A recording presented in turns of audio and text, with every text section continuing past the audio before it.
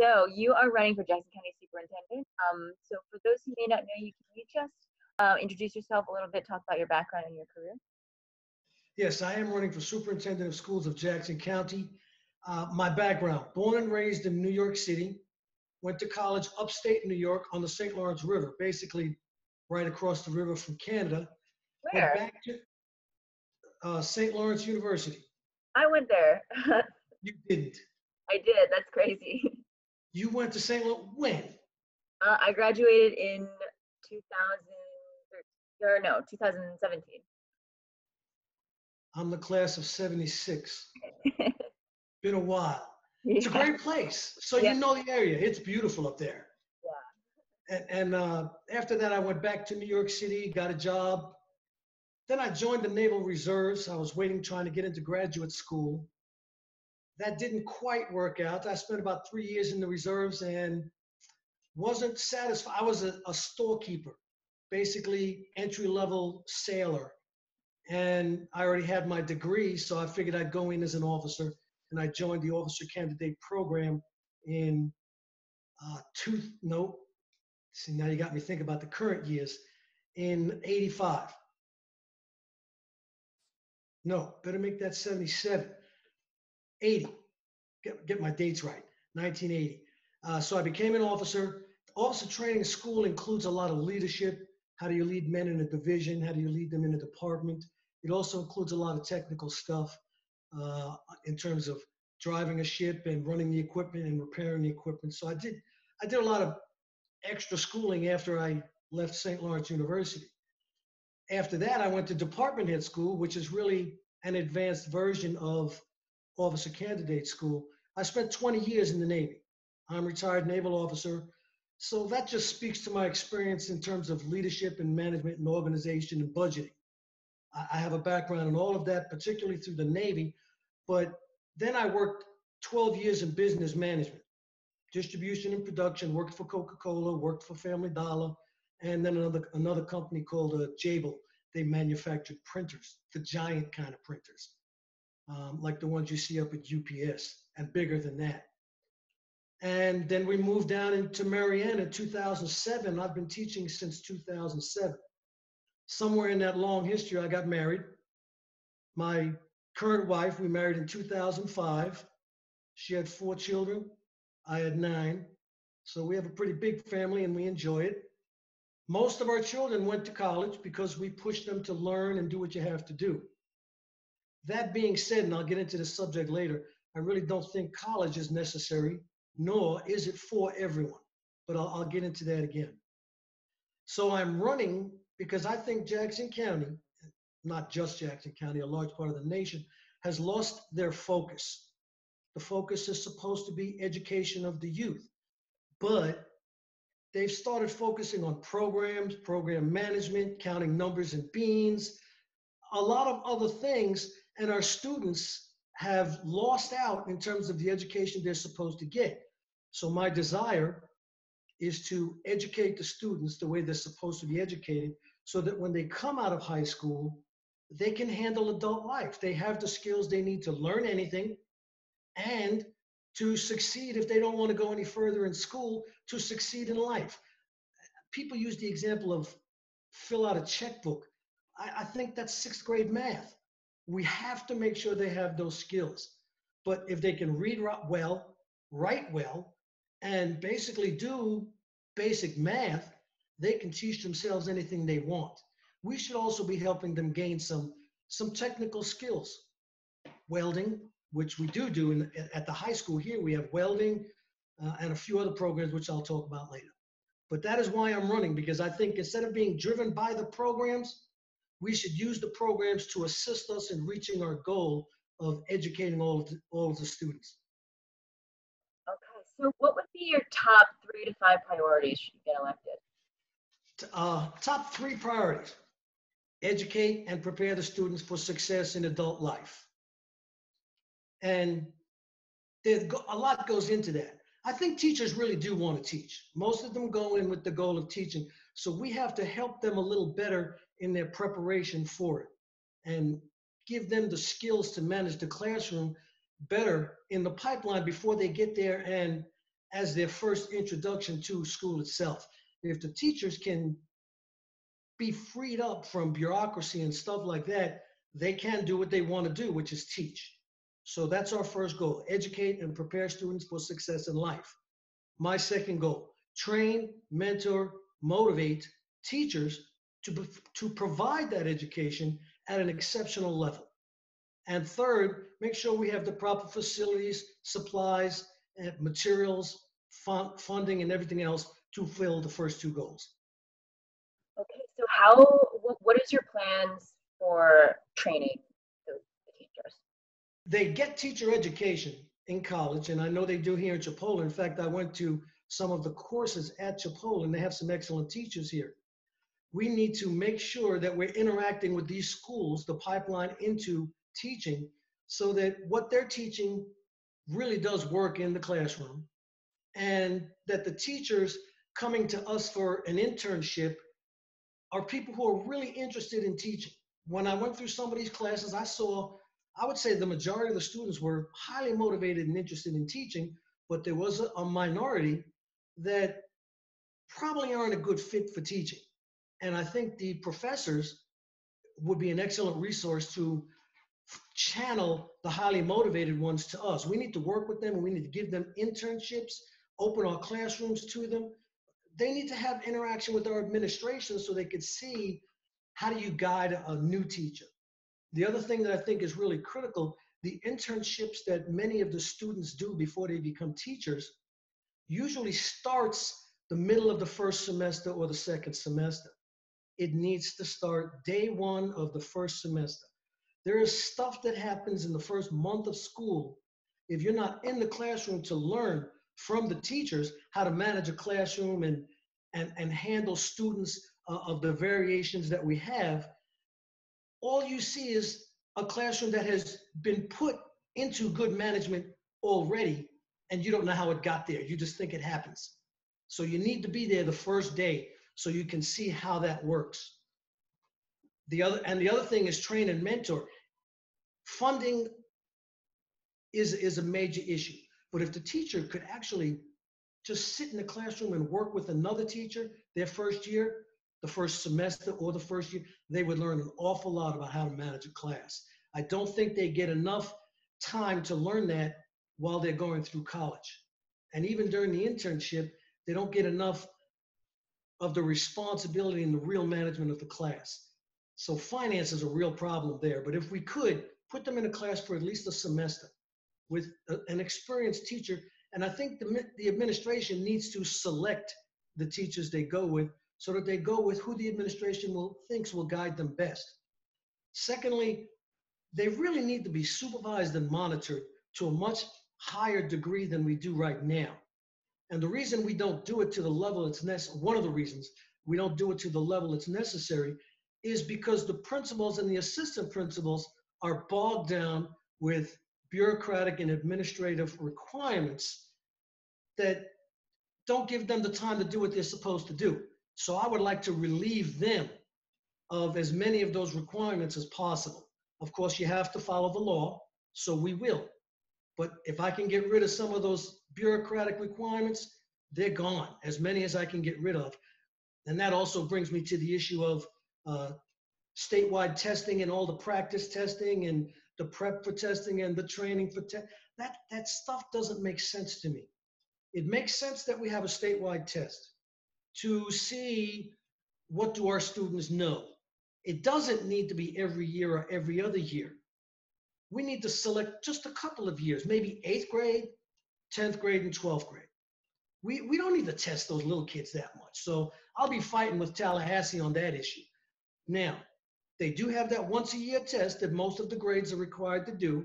So I would not have all the prep tests. Throw them things out the window.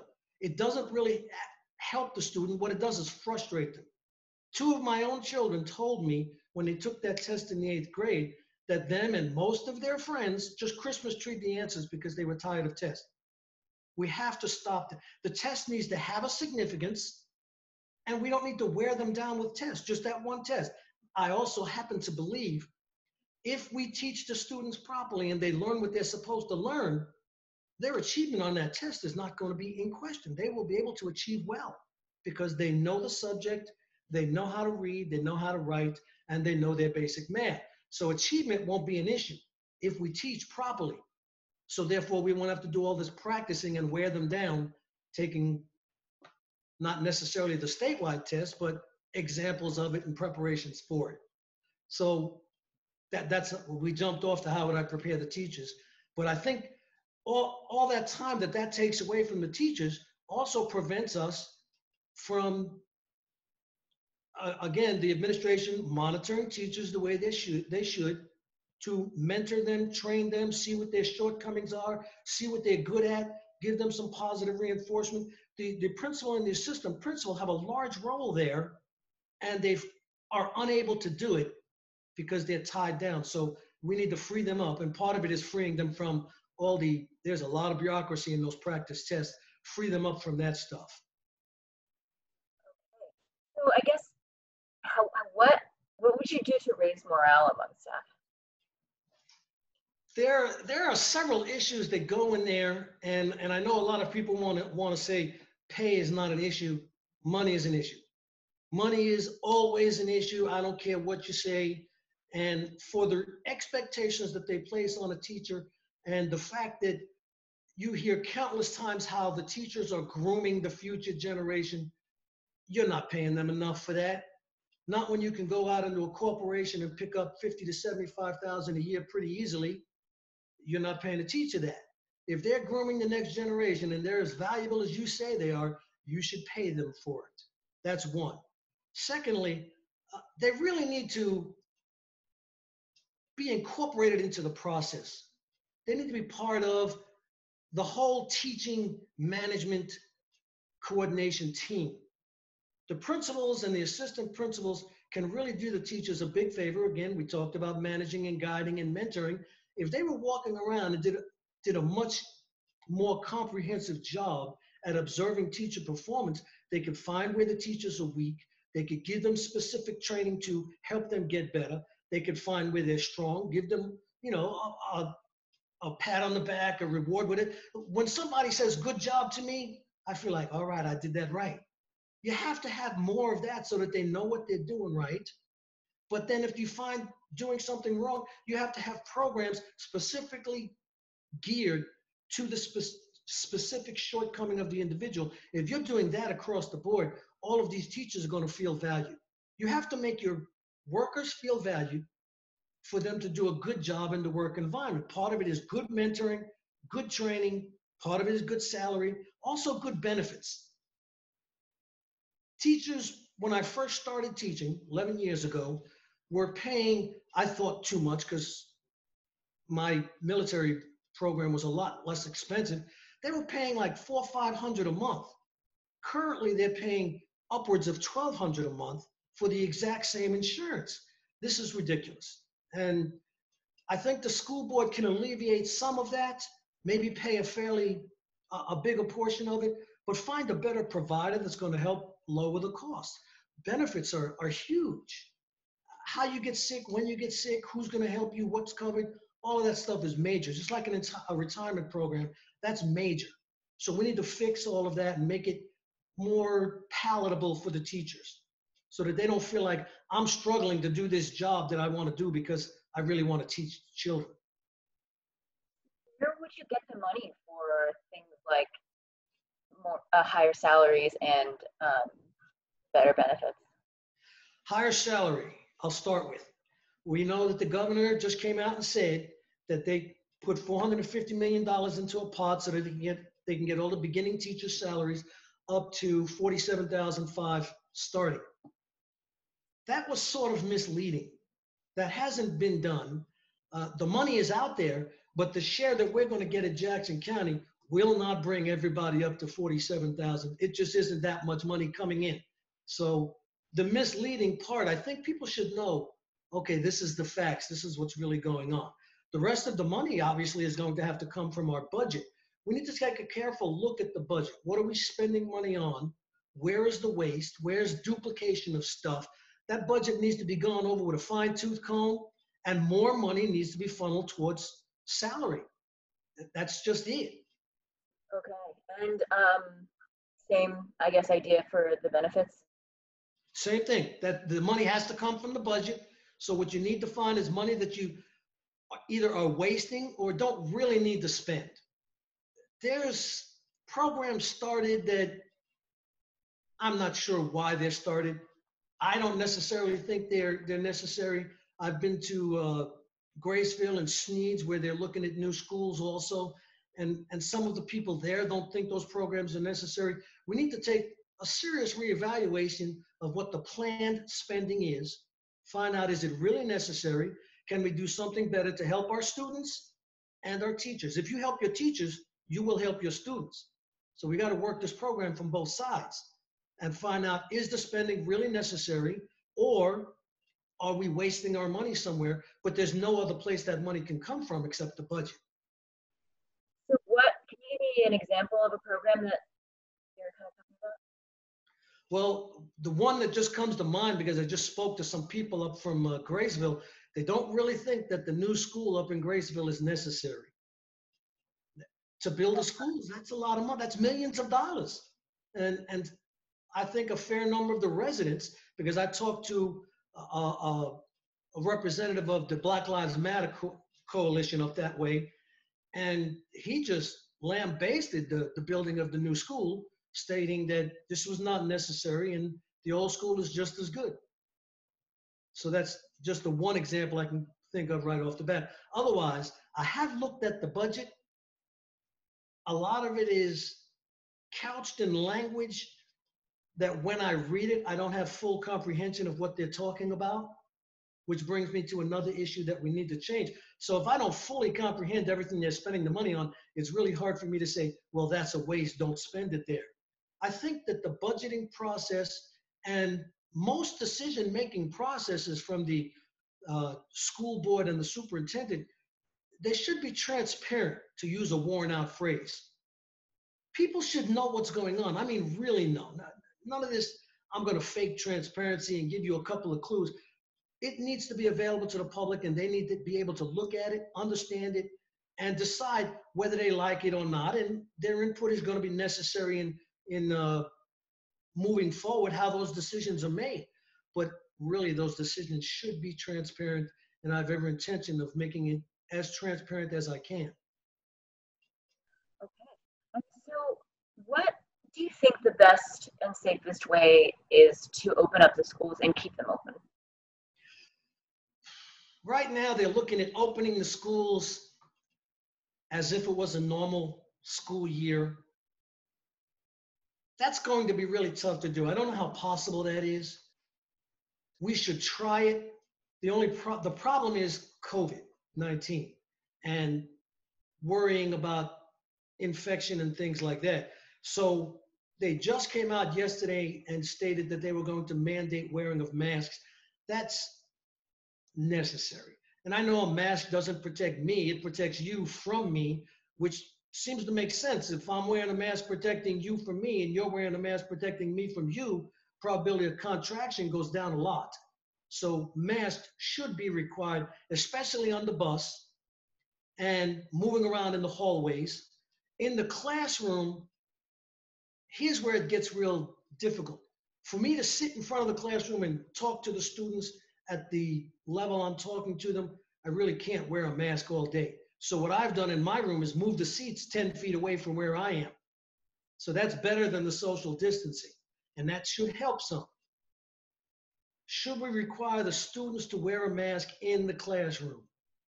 That's a pretty difficult situation, but since the seats are 3 feet from each other, social distancing requires it even if all the students are facing in the same direction. So I would say, yes, that's probably something we should be requiring. But other than that, we can open the schools. We've just brought Canvas. I don't know if you know what that is, but that's a program you do. It's an excellent program where everything is like in the computer. So the students have access to all the work that they are tasked to do. You could even I have my textbook in a file on my computer. I could put that in Canvas, and they would have access to their textbooks also. And they could get all the assignments and everything else. And then we have Zoom, So they could do like you and I are sitting here, talk to each other face to face. You could have half the students on Zoom, and it would be almost the same as if they were in the class, because we could interact, ask questions, talk about the material in the textbook just the same way. So I think the best way to open it is a combination of in class, because not everybody does have access to the internet, and it's not even always a money problem, because we could help that. But there's just no service in your area. So you can't do Zoom. But if we had brought to the classroom only those students, our classes would be half the size or less. That means 10 students or so per room. You could social distance. That would be safe. And then the rest of the students could be home on Zoom, interacting, check in every class. So they'd be on Zoom, checking in, talking to me for 50 minutes every day. And then they'd check in with their next class. That would be almost as good as going to school. There's just a small something missed in that interaction, but that interaction would be good. So that's the way I would strongly recommend doing it. Combination of Zoom, classroom, and definitely Canvas was an excellent addition. Are you satisfied with metrics in Jackson County schools like graduation rate and dropout rate and the average grade point? Or do you think there's something there that can be improved? Well, if we don't have 100% graduation rate, we can always improve. Our graduation rate is 85%. So that's really unsatisfactory. 5% is not acceptable. We should be minimum 95% graduation rate, not just graduating though, because we get students that graduate with a certificate of completion or a certificate of attendance, which just means you went, but you didn't pass everything satisfactorily. We have to do better than that. They need to get a high school diploma, and the high school diploma needs to set them up for success in life, reading and writing at an acceptable level, and if, and doing math at an acceptable level for high school graduation. Not necessarily going on to college. I guess I can get into this one now. Not all students, 60% don't go to college, at least. So why are we telling everybody you need to go to college? There are many jobs out there that you could succeed at without going to college. Before one of my sons went to college, he was a plumber, making good money. And he just was a rookie. He wasn't even an apprentice yet, making good money. There are jobs, plumbing, electrician, carpentry, building, just to name a few that are not at the school, because the school does do culinary, robotics, electronics, computer, medical stuff, so they can come out with a CNA and things like that. Welding they do. I think most people don't realize that they have a welding program, and they can work with Chipola, which has an excellent welding program. So we can do that kind of stuff. Kids, I guess I shouldn't use the word kids, but I'm quite a bit older than they are. The students that are not built to go to college should have an avenue through vocational training to pick up something that they can go out and get a good job in and earn a decent living and be happy with. And at least that way, they get a good start in life. And if they want to go to school later, you still have the requisite academic skills to pick up what you need to and get into school at a later date. Okay, so how would you raise the graduation rate? You have to that's a complex question in raising the graduation rate, because out of the 15% or so that aren't graduating, a small percent is retained at school, but others are just not interested at all in school. And even in the 8th grade, I would say at least 10% of the students couldn't care less about school.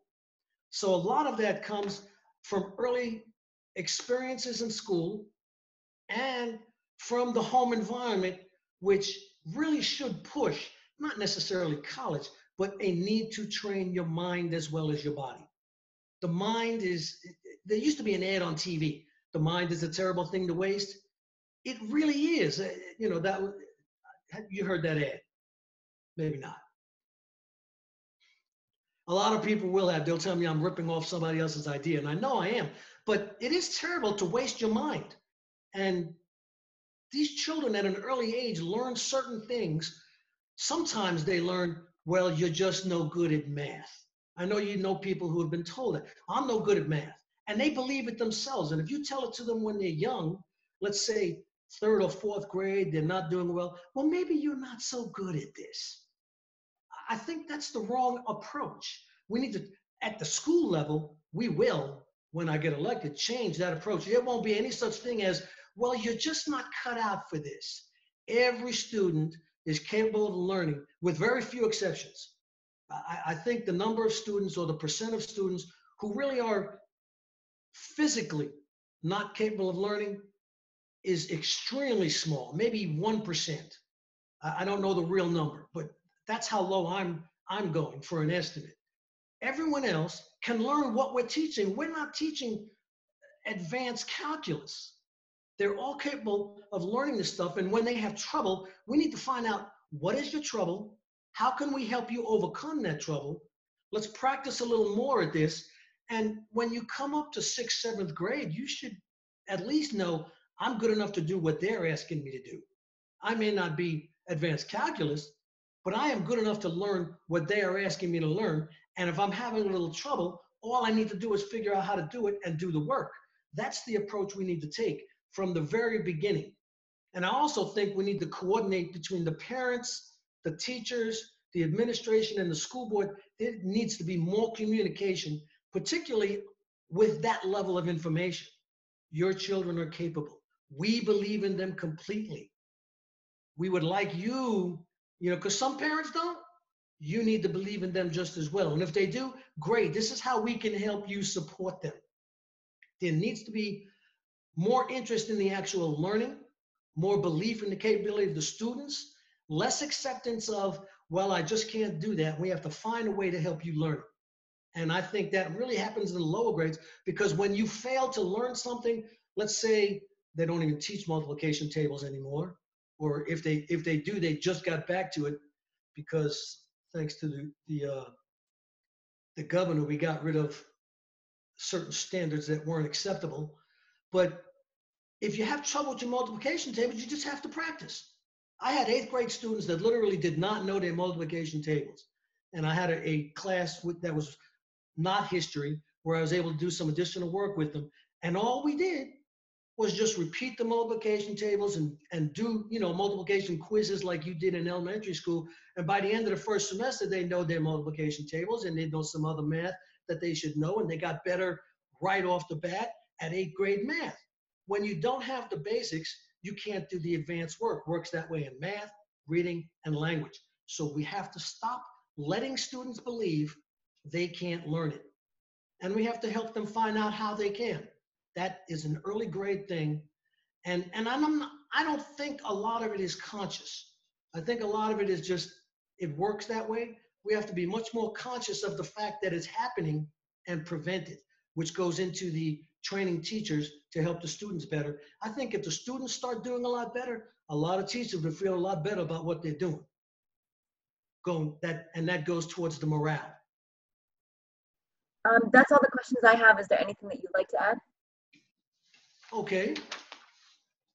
So I guess the only final comment I have is that the primary goal is education, quality education, and preparing students for their life. I believe my leadership and management skills prepare me uniquely to lead this county into the future and provide that education and life preparation for all of our students. This is not about political ideologies, and a lot of people want to make it about politics. It's not. Doesn't matter what political party you're in. This is county level stuff. This is about who's going to help the students and get the most done. So it's not about special interests. It's not about politics. It's not about what's in it for me. It is about the students, who's going to help them, who's going to prepare them for their future. And I believe that person is me. Thank you. All right, Mr. Brockner, thank you so much for your time today. Thank you. Have a good day.